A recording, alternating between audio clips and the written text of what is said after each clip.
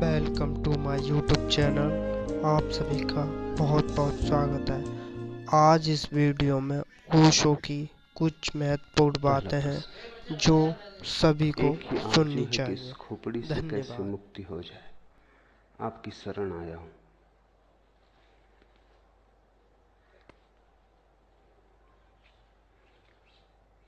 खोपड़ी से मुक्त होने का ख्याल भी खोपड़ी का ही है।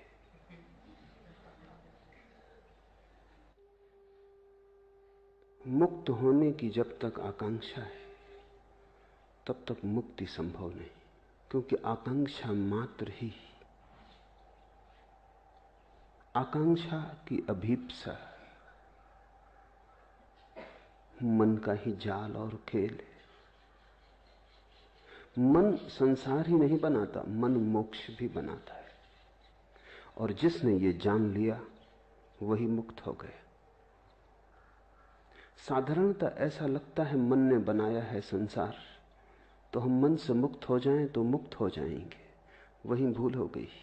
वहीं मन ने फिर धोखा दिया, फिर मन ने चाल चली, फिर मन ने जाल फेंका, फिर तुम उलझे, फिर नया संसार बना।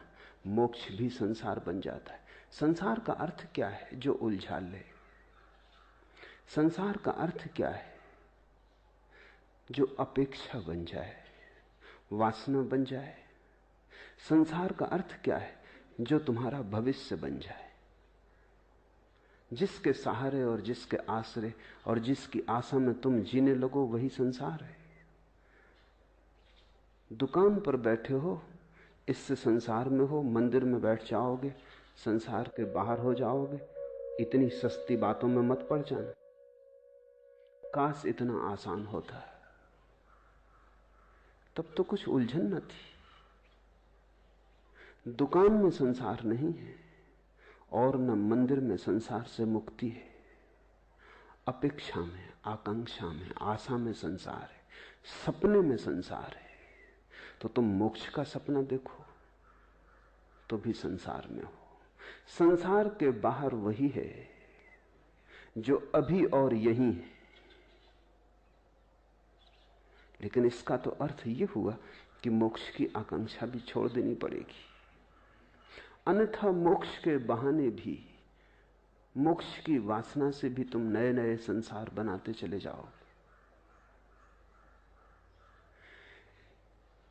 समझना काफी है, छूटना नहीं है। छूटना किससे? किसी ने बांधा होता तो छूटते, किसी ने बांधा भी नहीं। बंधन कहां है? बंधन से छूटने की जल्दी मत करो, क्योंकि यह भी हो सकता है बंधन हो ही ना, तब तुम छूटने की कोशिश से बंध जाओगे। और अगर बंधन नहीं है तो छूटोगे कैसे? बंधन से छूटने की कोशिश मत करो, बंधन को जानने की कोशिश करो कि बंधन कहां है। पूछो, जिज्ञासा करो, वासना मत करो। विपरीत की वासना भी वासना है।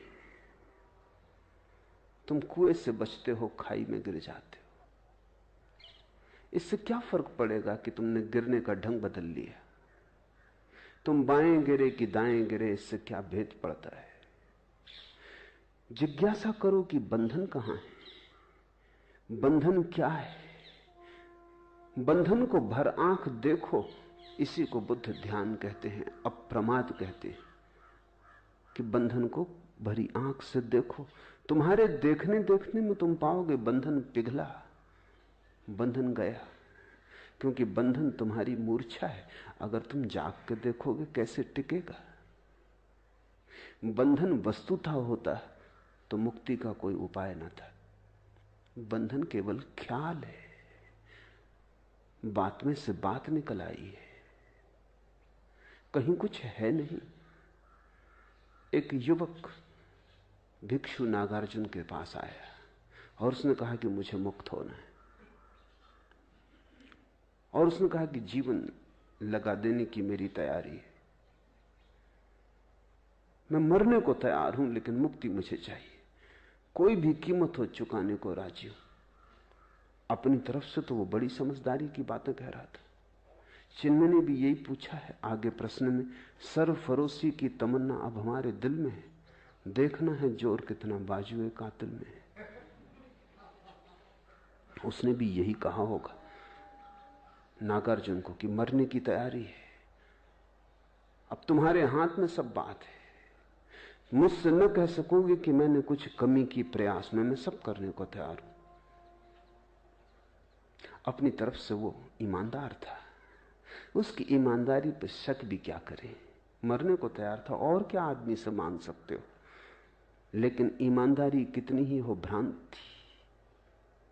नागार्जुन ने कहा ठहर, एक छोटा सा प्रयोग कर, फिर अभी इतनी जल्दी नहीं मरने मारने की, ये भाषा ही ना समझेगी, यहां मरना मारना कैसा। तो एक 3 दिन छोटा सा प्रयोग कर, फिर देखेंगे। और उससे कहा कि तू चला जा सामने की गुफा में, अंदर बैठ जा और एक ही बात पर चित्त को एकाग्र कर कि तू एक भैंस हो गया है। भैंस सामने खड़ी थी, इसलिए नागार्जुन को ख्याल आ गया कि तू एक भैंस हो गया है, सामने भैंस खड़ी है। उस युवक ने कहा जरा चिंतित होकर कि इससे मुक्ति का क्या संबंध। नागार्जुन ने कहा वो हम 3 दिन बाद सोचेंगे, बस तू 3 दिन बिना खाए पिए बिना सोए एक ही बात सोचता रहे कि तू भैंस हो गया है। 3 दिन बाद मैं हाजिर हो जाऊंगा तेरे। अगर तू इसमें सफल हो गया तो मुक्ति बिल्कुल आसान है, फिर मरने की कोई जरूरत नहीं। उस युवक ने सब दांव पे लगा दिया। वो 3 दिन न भोजन किया न सोया। 3 दिन अहिर्निश उसने एक ही बात सोची कि मैं भैंस हूं। अब 3 दिन अगर कोई सोचता रहे भैंस है, वो भैंस हो गया। हो गया नहीं कि हो गया, उसे प्रतीत होने लगा कि हो गया। एक प्रतीति पैदा हुई, एक भ्रम जाल खड़ा हुआ। जब तीसरे दिन सुबह उसने आंख खोल के देखा तो वो घबराया, वो भैंस हो गया था। और भी घबराया क्योंकि अब बाहर कैसे निकलेगा। गुफा का द्वार छोटा था, आए तब तो आदमी थे, भैंस थे, उसके बड़े सींग थे। उसने कोशिश भी की तो सींग अटक गए। चिल्लाना चाहा तो आवाज तो ना निकली, भैंस का स्वर निकला। जब स्वर निकला तो नागार्जुन भागा हुआ पहुंचा। देखा युवक है, कहीं कोई सींग नहीं है, मगर सींग अटक रहे हैं। कहीं कोई सींग नहीं है, वो आदमी जैसा आया था वैसे ही है। लेकिन 3 दिन का आत्मसम्मोहन, 3 दिन का सतत सुझाव, 3 बार भी सुझाव दो तो परिणाम हो जाते हैं। 3 दिन में तो करोड़ों बार उसने सुझाव दिए होंगे। फिर बिना खाए बिना सोए, जब तुम 3 दिन तक नहीं सोते तो तुम्हारी सपना देखने की शक्ति इकट्ठी हो जाती। 3 दिन तक सपना नहीं देखा, जैसे भूख इकट्ठी होती है 3 दिन तक खाना ना खाने से, ऐसा 3 दिन तक सपना ना देखने से सपना देखने की शक्ति इकट्ठी हो जाती। 3 दिन की सपना देखने की शक्ति, 3 दिन की भूख। भूख में भी जितना शरीर कमजोर हो जाता उतना मन मजबूत हो जाता है। भूख से शरीर तो कमजोर होता है, मन मजबूत होता है। इसलिए तो बहुत से धर्म उपवास करने लगे और बहुत से धर्मों ने रात्रि जागरण किया। अगर रात भर जागते रहो तो परमात्मा जल्दी दिखाई पड़ता है, सपना इकट्ठा हो जाता है। अभी इस पर तो वैज्ञानिक शोध भी हुई है और वैज्ञानिक भी इस बात पर राजी हो गए हैं कि अगर तुम बहुत दिन तक सपना ना देखो तो हेलुसिनेशंस पैदा होने लगते, फिर तुम जागते में सपना देखने लगोगे, आंख खुली रहेगी और सपना देखोगे। सपना एक जरूरत है, सपना तुम्हारे मन का निकास है, रेचन है। 3 दिन तक जागता रहा, सपने की शक्ति इकट्ठी हो गई। 3 दिन भूखा रहा, शरीर कमजोर हो गया। ये तुमने कभी ख्याल किया, बुखार में जब शरीर कमजोर हो जाए तो तुम ऐसी कल्पनाएं देखने लगते हो जो तुम स्वस्थ हालत में कभी ना देखोगे। खाट उड़ी जा रही, तुम जानते हो कि कहीं उड़ी नहीं जा रही, अपनी खाट पे लेटे हो, मगर शक होने लगता है क्या गया है तुम्हें। शरीर कमजोर है। जब शरीर स्वस्थ होता है तो मन पर नियंत्रण रखता है, जब शरीर कमजोर हो जाता है तो मन बिल्कुल मुक्त हो जाता है। और मन तो सपना देखने की शक्ति का ही नाम है। बीमारी में लोगों को भूत प्रेत दिखाई पड़ने लगते हैं। स्त्रियों को ज्यादा दिखाई पड़ते हैं पुरुषों की बजाय। बच्चों को ज्यादा दिखाई पड़ते हैं प्रौढ़ों की बजाय। जहां जहां मन कोमल है और शरीर से ज्यादा मजबूत है, वहीं वहीं सपना आसान हो जाता है। 3 दिन का उपवास, 3 दिन की अनिद्रा, और फिर 3 दिन सतत एक ही मंत्र। यही तो मंत्र योग है।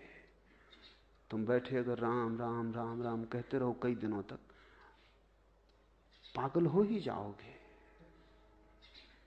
एक सीमा है झेलने की।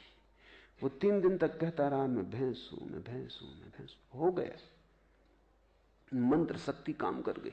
लोग मुझसे पूछते मंत्र शक्ति, उनको मैं ये कहानी कह देता हूं, ये मंत्र शक्ति है।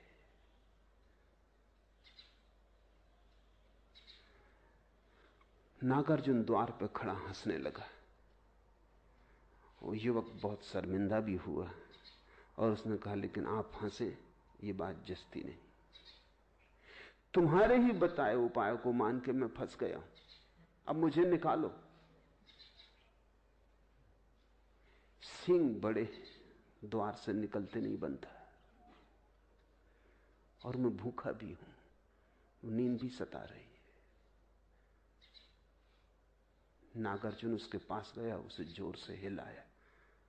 हिलाया तो थोड़ा वो तंद्रा से जागा। जागा तो उसने देखा सींग भी नदारत है, भैंस भी कहीं नहीं। वो भी हंसने लगा। नागार्जुन ने कहा, बस यही मुक्ति का सूत्र है। संसार तेरा बनाया हुआ है, कल्पित है। संसार को छोड़ना नहीं है, जाग के देखना है। इसलिए जिन्होंने तुमसे कहा कि संसार छोड़ो, उन्होंने तुम्हें मोक्ष में उलझा दिया। मैं तुम्हें संसार छोड़ने को इसलिए नहीं कह रहा हूं। छोड़ने की बात ही भ्रांत है। जो है ही नहीं उसे छोड़ोगे कैसे? छोड़ोगे तो भूल में पड़ोगे। जो नहीं है उसे देख लेना, जान लेना कि वो नहीं है, मुक्त हो जाना है। इसलिए बुद्ध ने कहा, असत्य को असत्य की तरह देख लेना मोक्ष है। असार को असार की तरह देख लेना मोक्ष है। सारा राज देख लेने में। ये तो पूछो ही मत कि खोपड़ी से कैसे मुक्ति हो जाए। ये कौन है जो पूछ रहा है? ये खोपड़ी ही है जो पूछ रही। अगर इस खोपड़ी की बात मान के चले तो इससे तुम कभी मुक्त ना हो पाओगे। जाग के देखो कौन पूछता है, गौर से सुनो कौन प्रश्न उठाता है। ये कौन है जो मुक्त होना चाहता है? क्यों मुक्त होना चाहता है? बंधन कहां है? और जिसने भी जाग के देखा वो हंसने लगा, क्योंकि बंधन उसने कभी पाए नहीं। जागने में कोई बंधन नहीं। इसलिए बुद्ध चिल्ला चिल्ला के कहते, प्रमाद में मत जियो, अप्रमाद, जागो, होश में आ जाओ। और तुम कहीं भी गए नहीं हो, तुम वहीं हो जहां तुम्हें होना चाहिए। भैंस तुम कभी हुए नहीं, तुम वही हो जो तुम हो। तुम परमात्मा हो। इससे तुम रत्ती भर यहां वहां न हो सकते हो, न होने का कोई उपाय। हां, तुम भ्रांति में रह सकते हो। तुम अपने को जो चाहे समझ लो। मन शक्तिशाली है, तुम जो चाहोगे वही बन जाओगे। और जिस दिन भी तुम देखना चाहोगे, उस दिन तुम दृष्टि बन जाओगे। दृष्टि मुक्ति है।